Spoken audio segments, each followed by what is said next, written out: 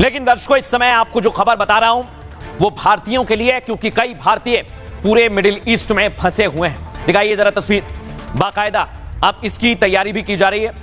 Move कीजिए, ये तेल अवीव एयरपोर्ट पर इस समय क्या हालात हैं। फ्लाइट्स नहीं उड़ रही हैं दर्शकों। जो तेल अवीव में यात्री हैं वो फंसे हुए, देखिए सभी उड़ानों को रद्द कर दिया गया है। अगली तस्वीर दिखाइए, मूव कीजिए इसे। तेल अवीव के बाद अगली तस्वीर दिखाइए, ये आप देखिए तेहरान में ईरान में फंसे हुए हैं कुछ छात्र, क्या कह रहे हैं सुनिए। really don't know what's gonna happen next.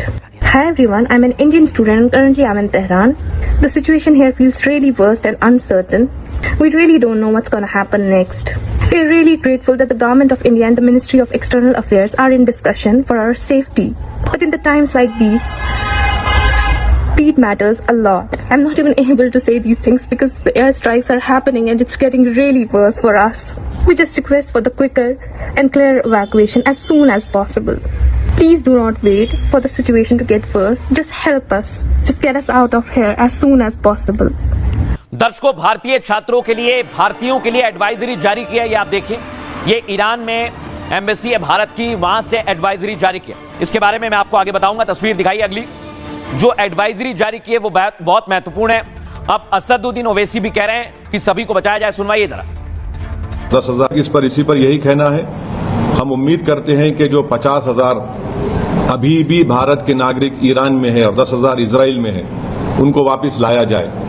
इसी पर यही कहना है।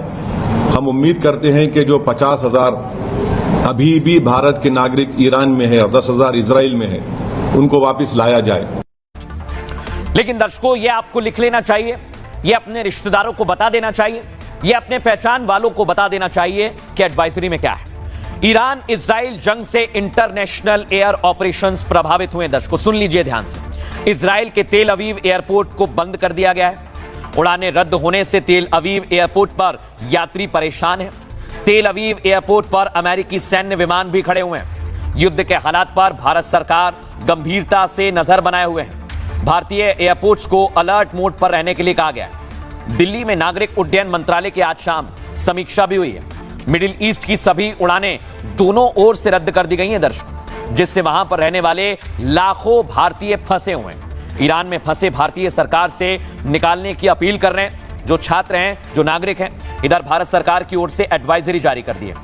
ईरान और इजराइल के लिए हेल्पलाइन नंबर भी जारी हुए हैं। वहां रहने वाले भारतीयों को सतर्क रहने के लिए कहा गया है। AIMIM प्रमुख असदुद्दीन ओवैसी ने भारत सरकार से मांग की है कि ईरान इजराइल में फंसे भारतीय छात्रों को वापस लाया जाए।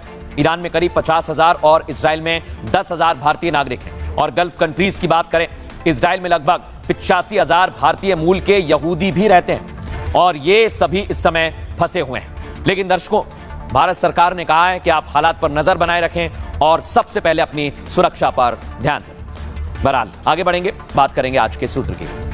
आज का सूत्र लिया है श्रीमद् भगवद गीता से। इस संसार में सबसे बड़ी पूजा है किसी को भी शरीर से, वाणी से और मन से दुख ना पहुंचे। शरीर का घाव तो दवा से भर जाता है, मगर कड़वी वाणी का घाव कभी नहीं भरता। हजारों पुण्य भी उस पाप को नहीं रोक सकते जो किसी निर्दोष की आत्मा को दुख देकर कमाया गया हो। हमेशा यह ख्याल आप जरूर रखें, आप जो कष्ट दूसरों को देंगे वो घूम कर एक दिन आपके पास आएगा। इसलिए किसी को दर्द देने से पहले 100 बार सोचें।